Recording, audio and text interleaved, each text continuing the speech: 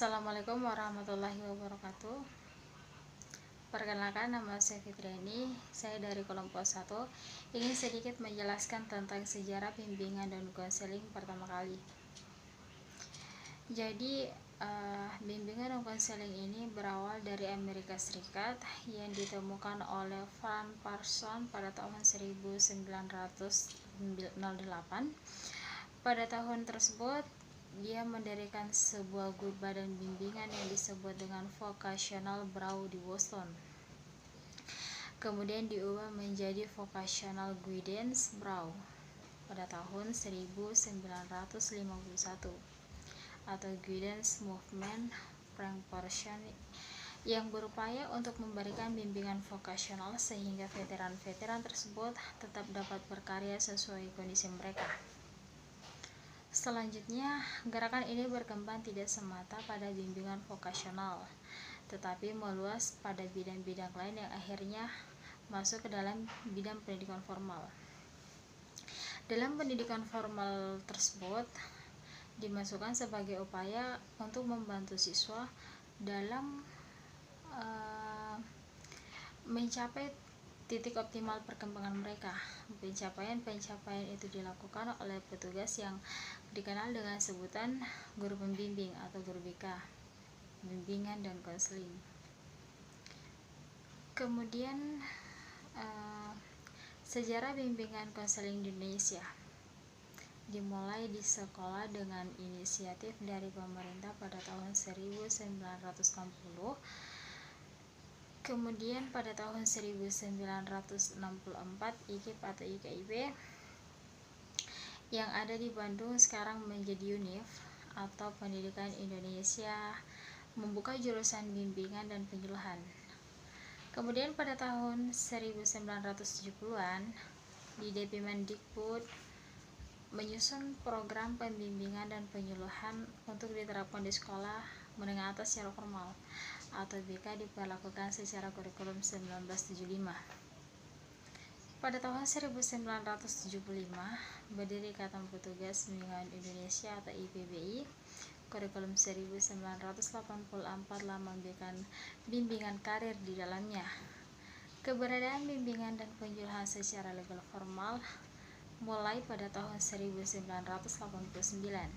Kemudian pada tahun 1993 lahir SK Menpan tentang jabatan fungsional guru dan angka kreditnya.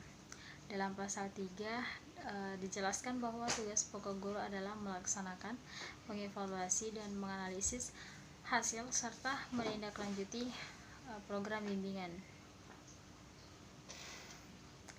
Kemudian pada tahun 2001 IPBI berganti nama menjadi Advent Association Bimbingan dan Konseling Indonesia.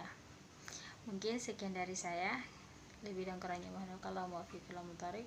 Wassalamualaikum warahmatullahi wabarakatuh.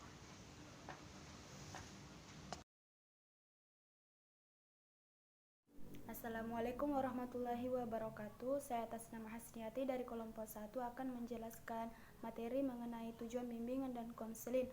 Adapun secara umum, tujuan bimbingan dan konseling ini adalah membantu individu memperkembangkan diri secara optimal sesuai dengan tahap perkembangan yang dimilikinya, seperti kemampuan dasar dan bakatnya, berbagai latar belakang yang ada seperti latar belakang keluarga, pendidikan, dan status ekonomi.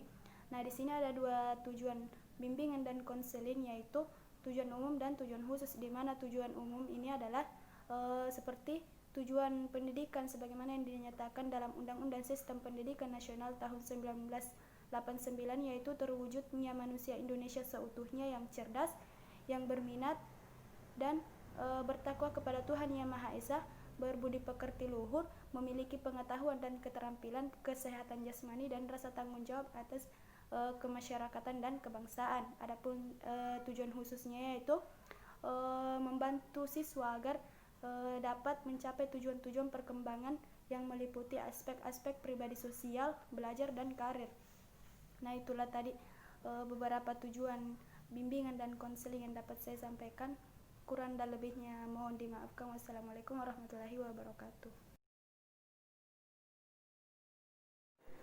Assalamualaikum warahmatullahi wabarakatuh. Perkenalkan, nama saya Hasriani. Saya perwakilan dari kelompok 1 akan memaparkan materi tentang prinsip-prinsip bimbingan dan konseling, di mana prinsip bimbingan dan konseling menguraikan tentang pokok-pokok dasar pemikiran yang dijadikan sebagai pedoman program pelaksanaan atau seperti dalam aturan permainan yang harus diikuti dalam pelaksanaan bimbingan, dan dapat juga dijadikan sebagai seperangkat landasan praktis atau aturan main yang harus diikuti dalam pelaksanaan pelayanan bimbingan dan konseling di sekolah.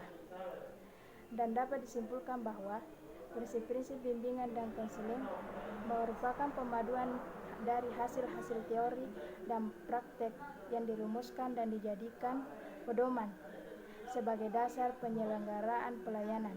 Adapun macam-macam prinsip bimbingan dan konseling, diantaranya yaitu yang pertama, bimbingan merupakan suatu proses yang membantu individu dalam menyelesaikan masalah yang dihadapinya. Dan yang kedua, hendaknya bimbingan bertitik fokus pada individu yang dibimbing. Dan yang ketiga, bimbingan diarahkan pada individu dan tiap individu memiliki karakteristik tersendiri. Itulah macam-macam prinsip yang saya jelaskan, dan adapun rumusan prinsip-prinsip bimbingan dan konseling pada umumnya ialah berkenaan dengan sasaran pelayanan, masalah klien, tujuan dan proses penanganan masalah, program pelayanan, serta penyelenggaraan pelayanan. Itulah yang sempat saya sampaikan tentang materi prinsip-prinsip bimbingan dan konseling, dan saya akhiri dengan ucapan akhirul kalam minallahi musta'an wa alaihi tiklam. Wassalamualaikum warahmatullahi wabarakatuh.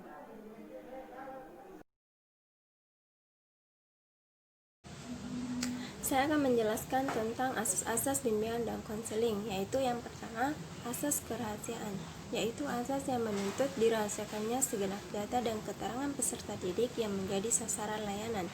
Yang kedua, asas kesukarelaan. Orang yang dibimbing harus dengan sukarela membawa masalahnya kepada pembimbing untuk meminta bimbingan. Yang ketiga, asas keterbukaan, yaitu pembimbing maupun orang yang dibimbing harus bersifat terbuka. Yang keempat, asas kekinian. Masalah yang ditanggulangi adalah masalah yang dirasakan sekarang, bukan masalah yang sudah lampau ataupun masalah yang akan datang. Yang kelima, asas kemandirian. Pembimbing harus selalu menghidupkan rasa kemandirian pada diri orang yang dibimbing agar tidak tergantung pada orang lain. 6. Asas kegiatan. Orang yang dibimbing harus berpartisipasi secara aktif di dalam penyelenggaraan bimbingan dan konseling. Yang ketujuh, asas kedinamisan. Upaya bimbingan dan konseling harus dikehendaki dengan terjadinya perubahan tingkah laku ke arah yang lebih baik. Yang kedelapan, asas keterpaduan. Layanan dan kegiatan bimbingan dan konseling harus saling menunjang, harmonis, dan terpadu. 9. Asas kenormatifan. Usaha layanan bimbingan dan konseling tidak boleh bertentangan dengan norma-norma yang berlaku. 10. Asas keahlian. Para pelaksana bimbingan dan konseling merupakan tenaga yang benar-benar ahli dalam bidang bimbingan dan konseling. 11. Asas alih tangan, yaitu apabila seorang pembimbing tidak dapat menangani masalah yang ditangani, maka pembimbing tersebut mengalih tangankan kepada pihak yang lebih ahli. Yang terakhir, asas tuturi handayani, yaitu terciptanya hubungan keseluruhan antara pembimbing dan orang yang dibimbing.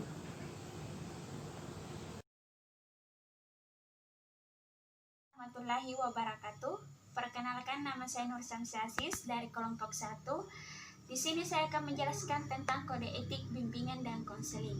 Bicara tentang kode etik bimbingan dan konseling adalah suatu ketentuan atau peraturan-peraturan yang telah ditaati oleh siapapun yang bergelut dalam bidang bimbingan dan konseling untuk mencapai suatu kebaikan.